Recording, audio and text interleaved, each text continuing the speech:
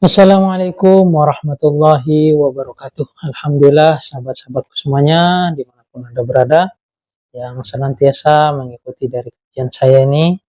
Tentunya kajian ini sangat banyak sekali manfaatnya untuk dari i'tiqad kita kepada Allah Azza wa Jalla, i'tiqad yang sesuai Nabi Muhammad SAW dan para sahabatnya, yaitu i'tiqad ahlu sunnah wal jamaah.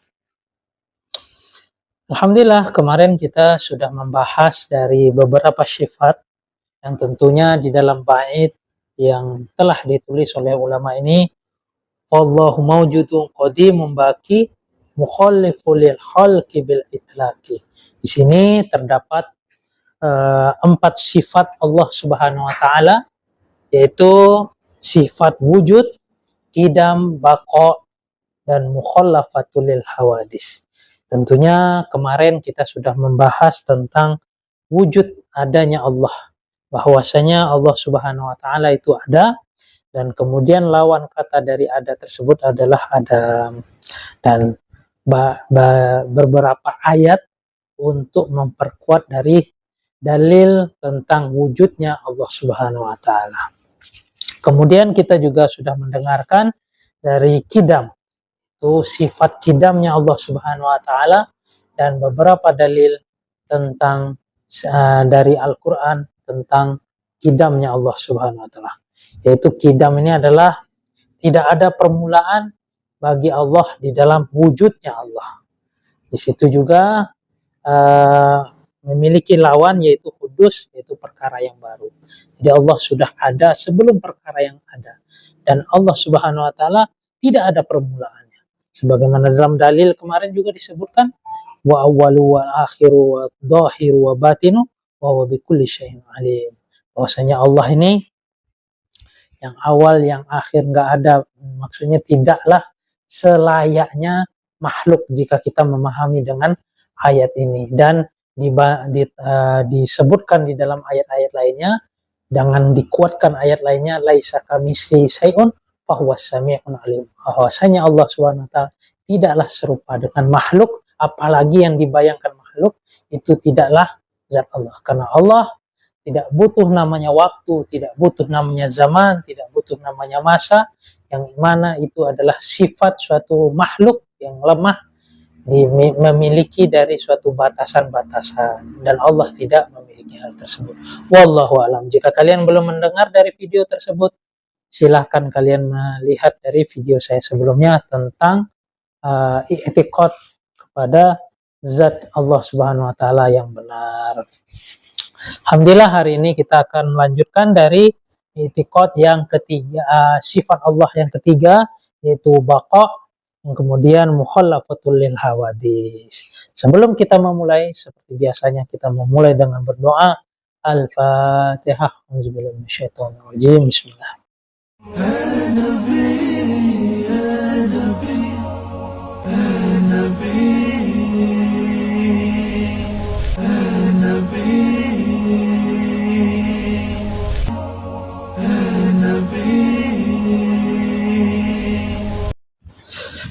Alhamdulillah sahabat-sahabat semuanya, kemarin kita sudah membahas di dalam sifat Allah yang pertama dan yang kedua. Tentunya itu tertulis di dalam satu bait tentang sifat Allah. Saya ulangi lagi, satu bait yang tertulis oleh karya tulis ulama tersebut. Allah, sesungguhnya Allah itu maujudu, yaitu wujud, qadim, baki, mukhallafatul lil hawadis. Tentunya mukhalifu li khalqi bil itlaqi. Yang tentunya di sini tentang zat Allah yang diceritakan, yaitu baqa dan mukhallafatul hawadis. Sekarang ini kita membahas yaitu tentang sifat Allah yang ketiga, yaitu baqa, yaitu kekal. Baqa ini adalah yaitu sifat Allah, bahwasanya Allah itu adalah tidak ada akhir di dalam wujudnya Allah Subhanahu wa taala. Dan lawan dari sifat baqa adalah fana, yaitu rusak ataupun tidaklah kekal. Dan dalil bahwa Allah bersifat baqa adalah seandainya Allah tersebut tidaklah kekal, maka Allah adalah suatu hal yang baru. Dan seandainya Allah Subhanahu wa taala itu baru, maka butuh sesuatu hal yang menciptakannya. Dan yang menciptakannya pun butuh dari yang menciptakannya. Begitulah seterusnya. Sehingga terjadilah daur atau bisa disebut juga tasalsul. Selalu ada yang menciptakannya, ada yang mengaturnya. Hal ini mustahil akan terjadi kepada Allah Azza wa Jalla, sebab Allah tidak akan mengalami dari kebinasaan. Karena Allah yang zat yang wujud kidam baqa. Di sini baqa nih artinya yaitu tidak akan ada akhir di dalam kewujudannya dan tidak ada awal juga Allah Subhanahu wa taala. Nah, karena kan Allah Subhanahu wa taala sudah ada sebelum adanya kalimat adanya dunia, adanya seluruhnya ini, dan saat Allah ada dan kemahaan Allah pun tidak tampak jika Allah tidak menunjukkan di dalam penciptaan alam semesta dan lain-lainnya. Karena adanya Allah mewujudkan yang ada-ada ini untuk menunjukkan kemaha segala-galanya yang dimiliki oleh Allah Subhanahu wa taala. Yang tentunya hal tersebut menunjukkan dari wujud Allah yang kekal, wujud Allah yang tidak ada akhirnya. Yang tentunya dan tidak ada awalnya. Sebagaimana disebutkan dengan dalil-dalil wujud kidam kemarin, dan saat ini kita masuk ke baqa, bahwasanya Allah itu tidak binasa. Jika ada yang Allah itu yang menciptakan, tentu ada yang menciptakan seperti itu. Tentunya itu suatu sifat yang dimiliki oleh makhluk, yaitu sifat bisa memiliki suatu sifat yang tentunya lemah di dalam satu segi adalah suatu kelemahan dari hal tersebut. Dan Allah tidak memiliki sisi kelemahan dari sisi apapun. Wallahu a'lam. Begitulah di dalam Al-Quran disebutkan, yang mana di dalam Al-Quran pun disebutkan, kullu man 'alaiha fan wa yabqa wajhu rabbika dzul jalali wal ikram. Yang artinya semua yang ada di bumi akan binasa dan tetap zat Tuhanmu yang mempunyai kebesaran dan kemuliaan. Karena Allah lah yang memiliki kebesaran dan kemuliaan. Karena Allah tidak ada sebelum perkara apapun, dan perkara apapun diadakan oleh Allah Subhanahu wa taala. Sebagaimana nanti kita akan membahas tentang mukhallafatul lil hawadis, yang mana artinya berbeda dengan makhluknya. Tadi kita sudah membahas tentang baki, yaitu kekal. Allah tuh kekal. Allah tuh wujud ada, kemudian kidam yaitu dahulu, sudah ada terdahulu. Kudam baqa yaitu kekal, tidak ada kebinasaan bagi Allah. Karena zat Allah sudah ada sebelum perkara yang ada, dan diadakan seluruhnya perkara itu karena adanya Allah. Dan Allah menunjukkan kemahabesaran, karena seluruh itu adalah manifestasi ataupun suatu hal yang digerakkan oleh Allah, suatu hal yang seluruhnya itu dari biiznillah, atas izin Allah. Namun jika suatu hal yang berbuat hal yang melanggar kepada zat Allah ataupun aturan-aturan yang Allah berikan kepada Nabi, tentu itu di luar dari hal yang telah dikatakan, yaitu takdir. Karena takdir itu juga dari Allah, namun manusia diberikan Allah akal untuk berpikir. Sebagaimana hal ini kita berpikir tentang zat Allah, itu pun kita dengan ilmu adab, dengan keilmuan, dengan adab, dengan bimbingan Al-Quran yang diberikan kepada Rasulullah SAW dan para sahabatnya, itu pun dengan adab dan digunakan dengan akal pikiran yang Allah berikan kepada kita. Wallahu a'lam. Dan di sini Allah telah menguatkan di dalam dalilnya, semua yang ada di bumi dan akan binasa, dan tetap zat Tuhanmu ataupun Allah Subhanahu wa taala mempunyai kebesaran dan kemuliaan. Mukhalafatul lil hawadis, yaitu sifat Allah yang keempat, mukhalafatul lil hawadis, berbeda dengan makhluknya. Mukhalafatul lil hawadis adalah berbeda dengan makhluknya. Allah Subhanahu wa taala tidaklah sama dengan makhluk. Artinya Allah tidak menyerupai kepada segala sesuatu yang bersifat baru yang dimiliki oleh makhluk. Lawan dari mukhalafatul lil hawadis ialah mumassalatul lil hawadisi, yaitu serupa dengan makhluknya. Oleh karena itu, Allah Subhanahu wa taala bukanlah zat yang memiliki daging, maksudnya bentuk dengan daging ataupun tulang, tinggi, pendek, dan lain sebagainya. Allah adalah zat yang tidak memiliki sedikitpun sifat-sifat dari makhluk. Sesuatu yang terlintas di hatimu ataupun di hati kita berupa sifat-sifat yang dimiliki oleh makhluk tidak ada dan tidak pantas untuk Allah, zat yang maha agung, yaitu Allah Subhanahu wa taala. Dalil bahwa Allah Subhanahu wa taala yaitu bersifat mukhalafatul lil hawadis adalah seandainya Allah tidak berbeda dengan makhluk, maka niscaya Allah sama dengan makhluk. Jadi kalau sama dengan makhluk itu suatu kelemahan bagi zatnya Allah.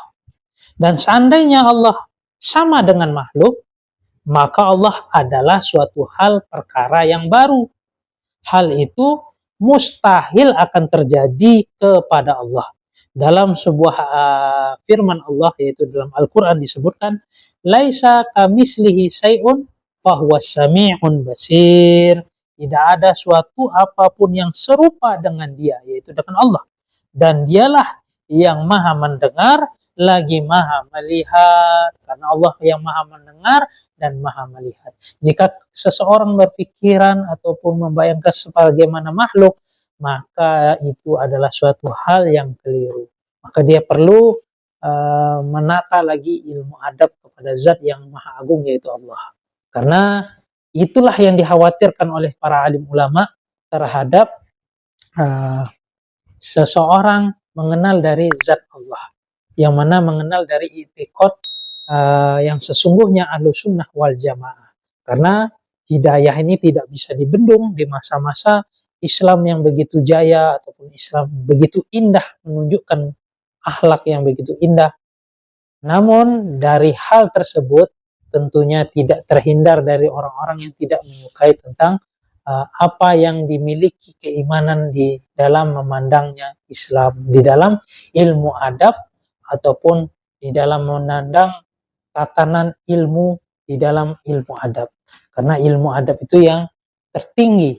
Karena sebagaimana Rasulullah SAW mengatakan, tidaklah aku diutus melainkan maka menyempurnakan akhlak.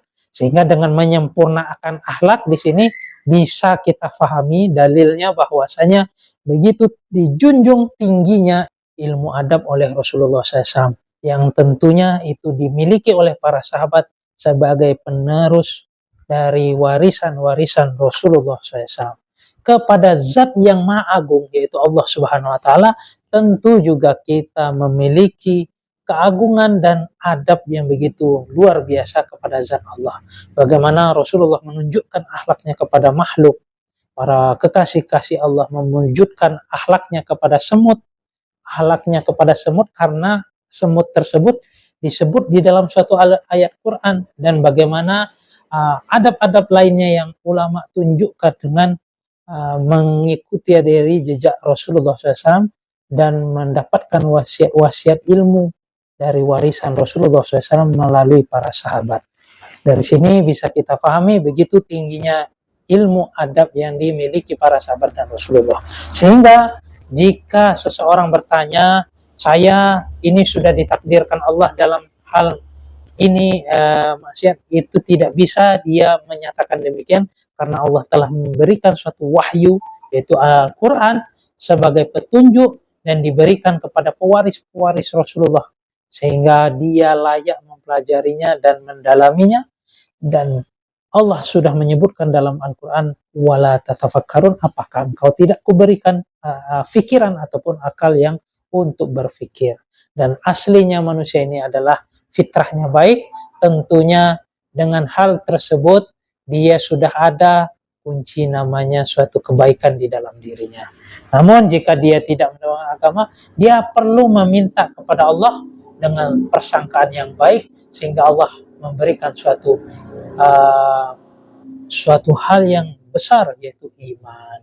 Dan ketika dia sudah memiliki iman, maka i'tiqad ini harus dia pegang, bahwasanya Allah Subhanahu wa taala wujud, qidam, baqa, mukhallafatul lil hawadis, bahwasanya sifat-sifat tersebut harus dimiliki, wajib bagi Allah Subhanahu wa taala.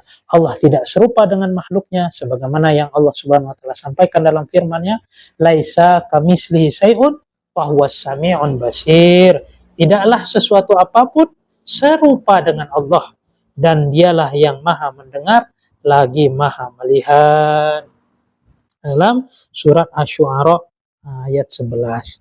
Dan juga firman Allah Ta'ala, walam yakullahu kufuwan ahad, yaitu dan tidak ada seorang pun yang setara dengan dia, yaitu dengan Allah Azza wa Jalla, yaitu di dalam surat Al-Ikhlas ayat 4. Dari dalil-dalil tersebut tentunya sudah memberikan suatu petunjuk kepada kita, jika ada bayangan-bayangan berbentuk zat Allah berbentuk di dalam akal kita ataupun hati kita terbesit, itu bukanlah zat Allah. Tandanya kita ataupun kalian itu mentasbihkan Allah, menyerupakan Allah dengan suatu hal yang lemah yang tidak pantas diberikan kepada Allah.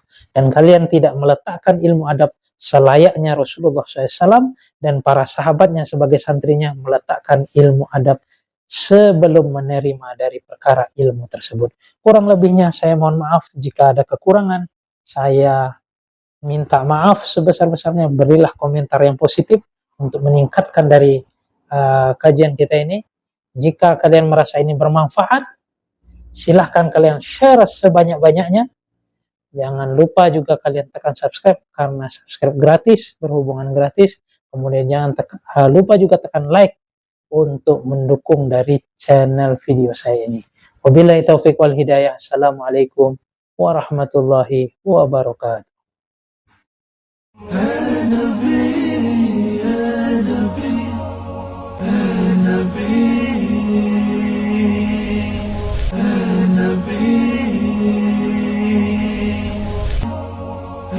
Nabi